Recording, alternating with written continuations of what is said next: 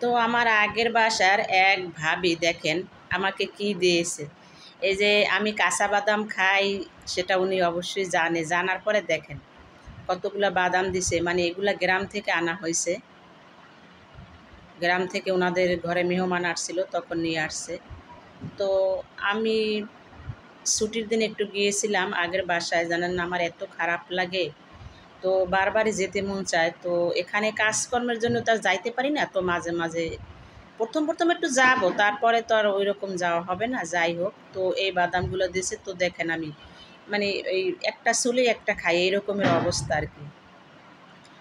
আর আশপাশে এত শব্দ, কথা বলা যায় না, এই হয়েছে অবস্থা। তো আমি যখন ওইখানে গেলাম ভাবলাম যে তো কিছু প্রোডাক্ট আমি নিয়ে যাই এইখান থেকে, যেগুলো একদম আমাদের 12 মাসই লাগে। মানে বলেন খাবার দাবারের মতোই একটা জিনিস। এই যে দেখেন এইটা আমি নিয়ে আসছি আজকে। ভাবলাম যে এইখানে আসছি, আবার তো কবে আসা হবে তা বলা যায় না। তো সেই জন্য একবারে এইটাও নিয়ে আসছি। আর মোটামুটি আমি 3টা প্রোডাক্ট আনছি, এগুলো চাইলে আপনারাও নিতে পারেন। কম দামের একটা ভালো একটা প্রোডাক্ট, মানে দামে একটা কথা আছে না, মানে ভালো দামে কম আর কি, এই রকমের। যাই হোক, এগুলো কিন্তু সব সময় লাগে আমাদের ঘরে, তো সেই জন্য এগুলো নিয়ে আসছি। আর এই যে এটা দেখেন হিমালয় একটা ফেস ওয়াশ, এটাও আমার ঘরে সব সময় লাগে। তো কিছু কার্যকারী জিনিস আর কি আজকে আনা হয়েছে ওখানে। তো সব কিছুই চিনি, একটা দোকানে গেলেই পাওয়া যায়। আশপাশে অনেক দোকান আছে।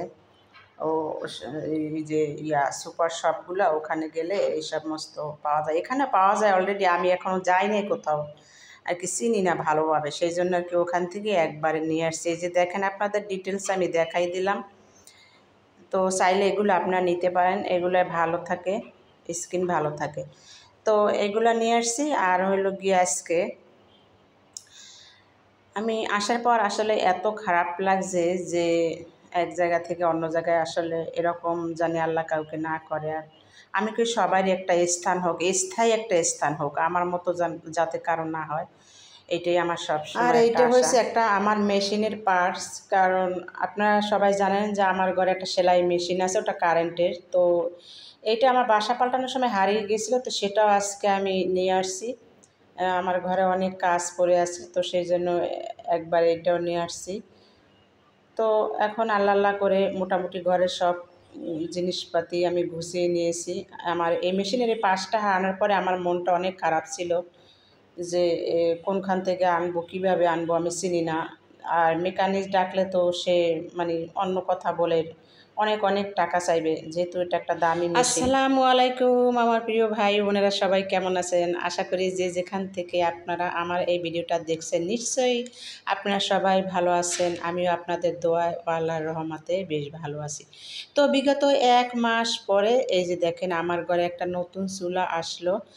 তো আমি 1 মাস কিন্তু এই কারেন্টের চুলায় রান্না করছি, কারণ আমার চুলা কেনা হয়েছিল না। যেহেতু এখানে চুলা আমার আগের ছিল, কিন্তু যেহেতু এখানে লাইনের গ্যাস না, এখানে হচ্ছে সিলিন্ডার গ্যাস, তো সেই চুলা কিন্তু আলাদা। তো সেটা আমি হুট করে কিনে নিতে পারি না, ভালো মন্দ যাচাই করে একটা ভালো চুলার দরকার আছে। তো ওর বাবা একটা সিঙ্গেল চুলা নিয়ে আসছিল, তো সেটা আমি ফেরত দিয়েছি। কারণ আমার ঘরে যখন মেহমান থাকবে, বেশি লোকজন থাকবে, তখন কিন্তু সিঙ্গেল চুলায় হবে না। তো আমি তাকে বলছিলাম তুমি আমাকে 1 মাস পরে চুলা কিনে দাও, তারপর তুমি আমাকে একটা ভালো মানের একটা চুলা কিনে দাও, ডাবল চুলা কিনে দাও। তো প্রথম চুলা যেহেতু আজকেই লাগিয়েছি, তো সে বলল যে আম্মু তুমি বিকেলের নাস্তা তৈরি করো। আর তখন আমি বিকেলের নাস্তা দিয়ে শুরু করলাম আপনাদের সাথে ভিডিওটা। এই যে দেখুন আমার চুলাটা কীরকম হয়েছে। এখানে ছেলের জন্য আমি আলু কেটে নিয়েছি ভাজি করার জন্য। আর কিছু মাংস আমি গত কালকে আমি রেখেছিলাম ডিপে, একদম মশলা মাখিয়ে রেখেছিলাম ম্যারিনেট করে। তো সেগুলো আমি ওকে এখন বিকালে নাস্তা হিসাবে ভেজে দিব, আর আলু ফ্রাই করে দিব। আর একটা পিঠা আছে, সেইটা আমরা খাওয়ার জন্য ভেজে নিব। কারণ আমাদের ঘরে জানেনই তো, নাস্তা এক একজনে এক এক ধরনের নাস্তা খায় বিকেলবেলা। আর বাহির থেকে কিনে নিয়ে আসলেও এক একজনের এক এক ধরনের, মানে যে যেটা খায় সবাই এক পদের খায় না, এই হচ্ছে একটা সমস্যা। তো ছেলেকে এইগুলা দিব। আর হয়েছে গিয়া আমরা পিঠা করব, ভাজি করব। আর পিঠেগুলো বানিয়েছিলাম আগের বাসায় থাকতে অনেক দিন আগে। তো এখন কীরকম হয়েছে জানি না, ভাজলে বোঝা যাইব। একটু রৌদ্র দেওয়ার কাজ ছিল, তো রৌদ্রে দিতে পারিনি, আমার আর সময় হয় নাই। আর আমার মনেই নাই যে আমার ঘরে পিঠা বানানো আছে। এই পিঠা সিরিঞ্জ পিঠা বলে, ওগুলাকে সিরিঞ্জ দিয়ে বানায়, সেই জন্য আর কি আমি সিরিঞ্জ পিঠা বলি, অনেকে ফুল পিঠাও বলে, যে তো যা বলে আসলে আর কি। জীবনে দেখার আর কিছু বাকি রইল না, সব কিছুই দেখলাম, বুঝলাম এটুকু বয়সে। সব কিছুই আর কি ইয়া করা হয়ে গেছে। কারণ এই যে দেখেন, আমি এই সিলিন্ডার গ্যাসে না কখনো রান্না করি নাই। আজকে আমি এই যে নাস্তা বানাইতে এসে আমার এত ভয় লাগতেছে, ওই যে জায়গায় জায়গায় সিলিন্ডার বাস্ট হয়ে যায়। তো সেইটার কারণে আমি অনেক ভয় পাই এগুলো আর কি। ওর বাবা তো কখনো সিলিন্ডার গ্যাসে বাসা নিতে রাজি হয় না, কারণ কীরকম না কীরকম, এটা একটা বিপজ্জনক। সেই জন্য তো এখন দেখেন আমার ঘাড়েই সেইটাই পড়ছে। তো আল্লাহর উপরে ছেড়ে দিয়েছি। আর আমার এই যে দেখেন এখানে একটা ইন্ডাকশনও আছে, আমি মাঝে মাঝে এটাও কাজ করব। কারণ আমার ছেলে চা বানাইতে আসলে তার 1 ঘন্টা লাগে, তখন তার এই গ্যাসে কুলাবে না। তো এইটা এই বাম সাইডে রাখছি ছেলের চা বানানোর জন্য। ও যখন চা খাইব, আর ও কখনো চা আমাকে বানাইতে বলে না, ও নিজেই বানিয়ে খায়। তো সেই জন্য আর কি ইন্ডাকশনে ও সবসময় চা বানাইব, আর আমি এই রান্না বান্না করবো এইটা। আর এই যে দেখেন আমি এই পিঠাগুলো বানিয়েছি, অনেক আগে বানিয়ে শুকিয়ে রাখছিলাম, তো সেইটা ভাজি করব। তো এখন দেখতেছি পিঠেগুলো ফুলতেছে না, কারণ একটু রৌদ্র দেওয়ার দরকার ছিল। তো আমি তো রৌদ্রে দেই না, এখানে এসে এই বাটি ডিব্বার ভিতরে ভরে রাখছি।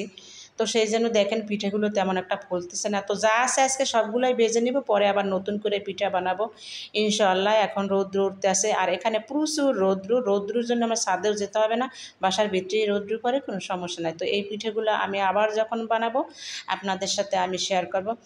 আর এই যে দেখেন আমি এই যে সিলিন্ডার গ্যাস আমি ভয় পাই, এটা এই বাসাটা আমি নিয়েছি, কারণ এই সিলিন্ডারের যে বোতল ওটা কিন্তু বারান্দায় রাখছে, বারান্দার এক কর্নারে রাখছে, 2টা বারান্দা।